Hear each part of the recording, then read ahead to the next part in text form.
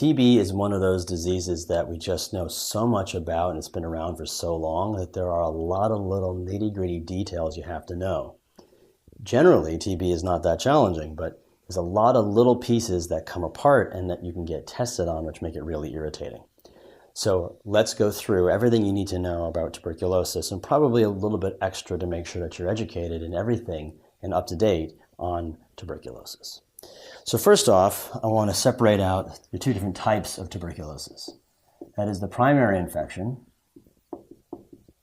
and the secondary infection, which is reactivation.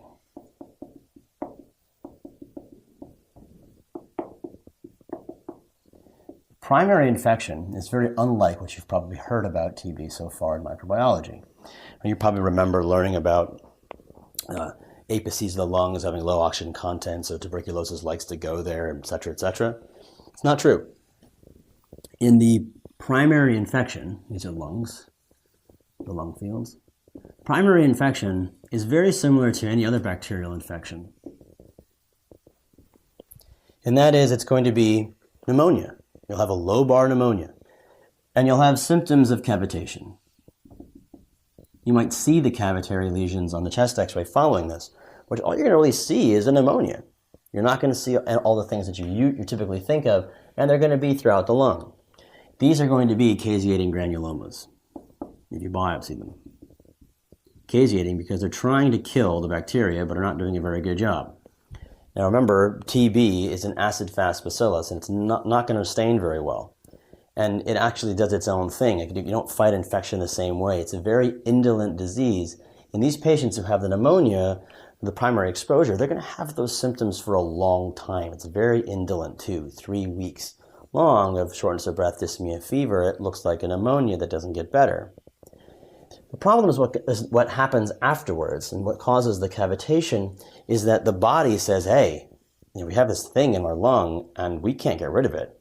So basically it just walls it off in this granuloma so that the bacteria can't get at the lung. And all the damage done is the body actually trying to get rid of the TB. TB is not really doing anything, it's just there. The body has a tough time getting rid of it. So you end up with cavitary lesions and these caseating granulomas in this indolent subacute looking pneumonia. But when someone has a secondary infection, a reactivation, everything you learned about in microbiology holds true. You're going to see the GON complex, the apical lesions, low oxygen tension, etc., etc. This is going to be the person who has their lung breaking apart, like the TB's come back, the body's like, hey, I know what that is, and it starts to try to get at the tuberculosis, but instead it destroys the lung. So what they're going to present with is hemoptysis. I'm coughing up the lung, night sweats, and weight loss. Now you might look at hemoptysis, night sweats, and weight loss and think, hey, that sounds a lot like cancer. And so TB and lung cancer present very similarly. The thing is, though, that the person who has lung cancer probably is not going to be very young, right? You need a lifetime of smoking to develop lung cancer, so it's generally going to be the older people with a huge smoking history going to have lung cancer. The younger people who travel or are from indigent areas or have been in prison or homeless, they're going to be the ones who probably have TB. But because of that, you have to do a lot of stuff to say, hey, this person actually is TB versus a lymphoma or a cancer. All right, so what do we do? How do we do that? Well, what you'd like to do is capture people in at the asymptomatic screen. And this is going to be the source of most of the questions on your test. Someone does not have TB and has not had TB in the past, and they want to get into a new job. They want to go join a homeless shelter. Whatever the case may be, how do you interpret the asymptomatic screen? Well, the screen begins with a PPD. You put the little fluid underneath their arm, tell them to come back in 48 to 72 hours, and you read it. We'll talk about what that means in a minute. If the PPD is negative, they have not been exposed, and you can stop. And we'll talk about what stop means at the very end of this. But if the PPD is positive, and they have at least been exposed, and now you need to know, are they infected and are they infectious? If the PPD is positive, you get a chest x-ray. If they have been exposed, that is, they've had a positive PPD and have not been treated, and they've got a negative chest x-ray, this is latent TB, you treat them with isoniazid, don't forget your B6, for 9 months. If that chest x-ray is positive, now you know that, well, this person's going to get treated, but you have to figure out, are they infectious to other people? And you do that with an AFB smear. You have to get 3 samples separated by a minimum of 8 hours apart, best to do it early morning. If the AFB smear is negative, you treat that like latent TB. They get isoniazid, and don't forget your B6, for 9 months. But if you've got it all positive, the chest x-ray is positive, the AFB smears are positive, then they're actively infectious. This is active TB. Active TB requires RIPE. We'll talk about what RIPE is in a minute. All right, lots to talk about, but what I want you to see is you have to choose between RIPE and isoniazid and B6. And when you choose RIPE, when they've got active TB, they're currently coughing, bugs are growing, you've got diagnosed TB. Okay, the second thing is going to be what constitutes a positive PPD. And a positive PPD is based on the induration, not the erythema. It doesn't matter how red their skin gets, it matters how big that little bubble is. There's going to be 3 categories that are going to be determined positive. There are those people who are immunosuppressed, and it's better to put them through this testing even if it's unlikely for them to be infected, because they may not have the immune system to tell us. There's the group of people who are exposed, and because they're exposed, we don't want to just ignore them, but since they don't have active symptoms, it's okay, and they generally have an immune system. And then there are the people who should never be screened in the first place. I'm giving you these vague generalities because it's going to be really hard to memorize everything. So here's the gist. People who really need a positive screen, that is, it's okay to assume it's positive even if it's not, are going to be the immunocompromised. So the HIV/AIDS patients, those on chemo, who have had transplants, or have anergy, that is, they don't have the immunoglobulin sufficient to actually make a defense.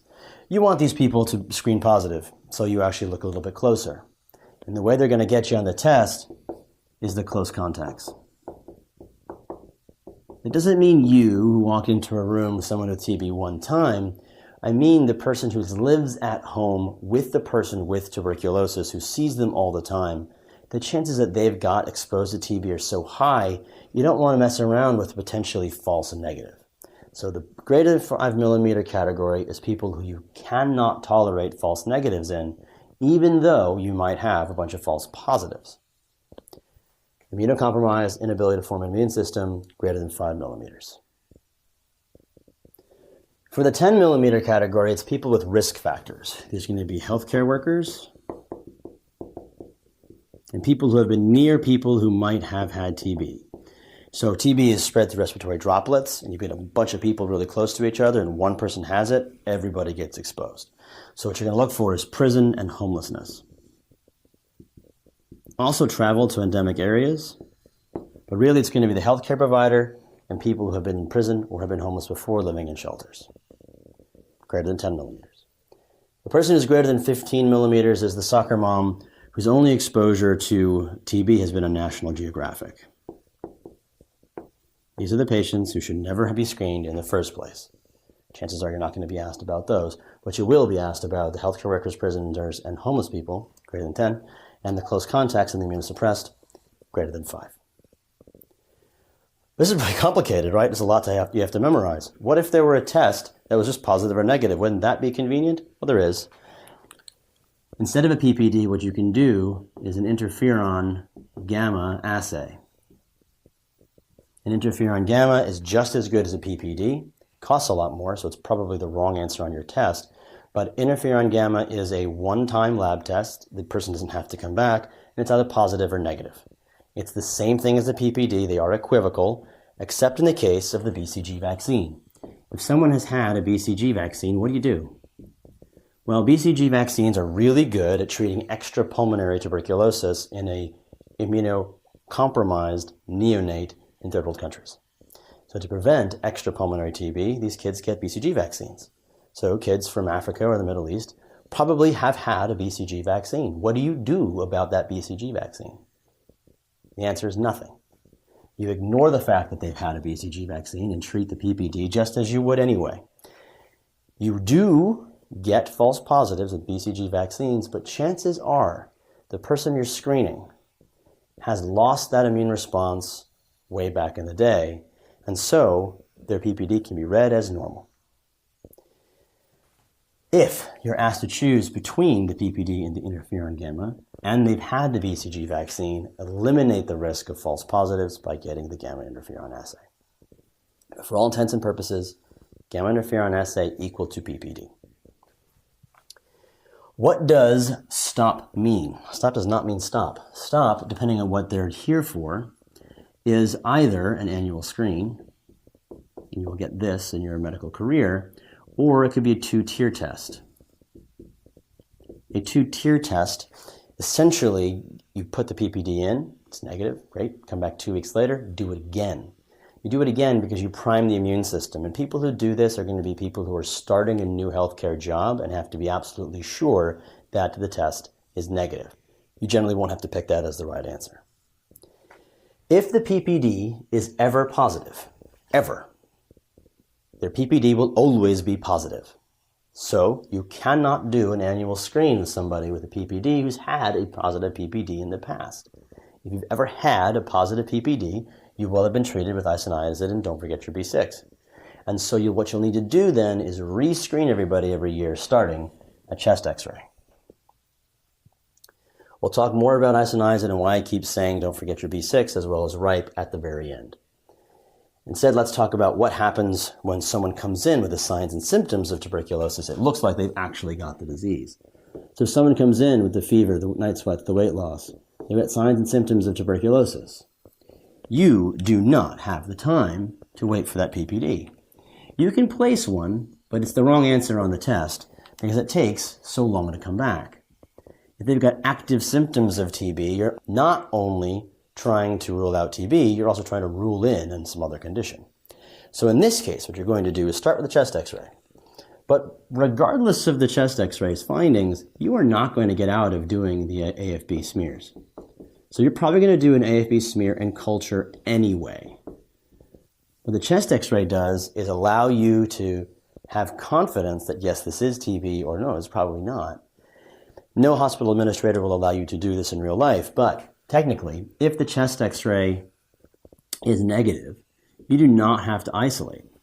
But if the chest x-ray is positive, and chances are with these signs and symptoms it will be, then you do have to isolate.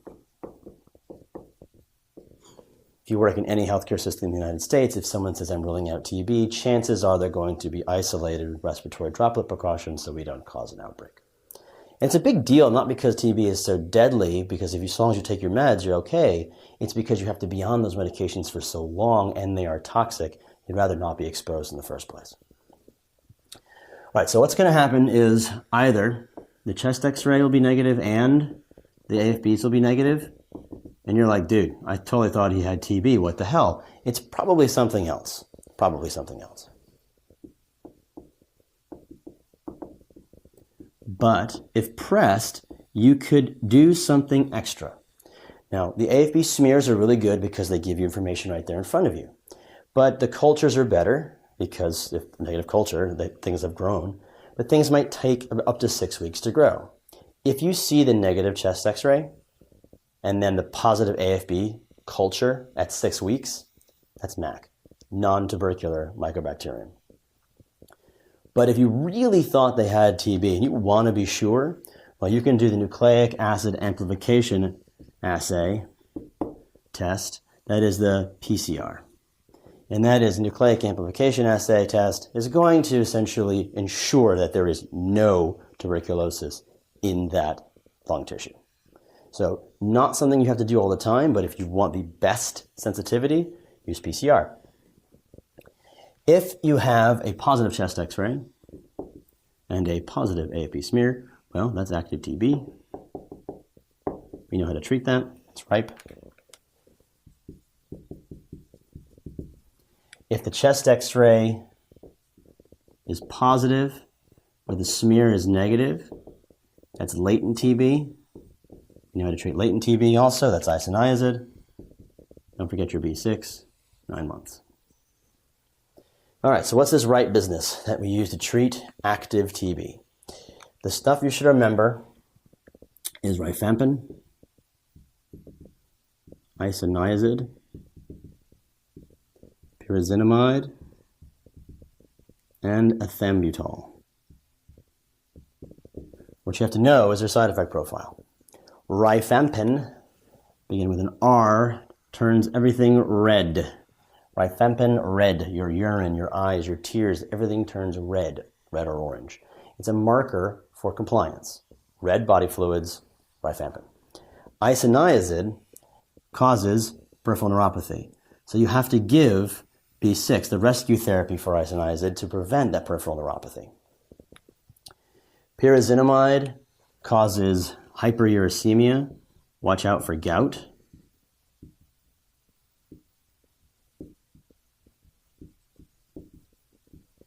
And ethambutol, beginning with an E, causes eye problems, generally red, green, color blindness. And you might come up, but probably not, just know there's other diagnostic steps you can do, like adenosine deaminase is really good for fluid studies, either ascites or a pleural effusion, and you can use the ADA better than the AFB smear and culture in those situations, but only in that situation where you have fluid. A lot of stuff you have to know about TB. Let's review it really quickly. If someone comes in with the signs and symptoms of TB, you decide to isolate or not, grab those AFB smears, and treat them either as latent TB if the smears are negative, something else, you can get the NAT to make sure that it's negative, or active TB with RIPE. When you are preparing for the test, spend a lot of time on the asymptomatic screen. PPD equal to interferon gamma assay. PPD is positive for greater than 5 millimeters for close contacts, 10 millimeters for those who have been exposed to risk factors, and greater than 15 millimeters for soccer moms who never should be tested in the first place. If the PPD is ever positive, they're going to end up getting isoniazid at least. If the chest x-ray is positive, they may still end up only with isoniazid, but if ever you find positive AFB smears, they need the full treatment. If the PPD is ever positive, it will always be positive, and you should start with a chest x-ray from the screening point on that point forward, and the BCG vaccine does not matter. That is TB.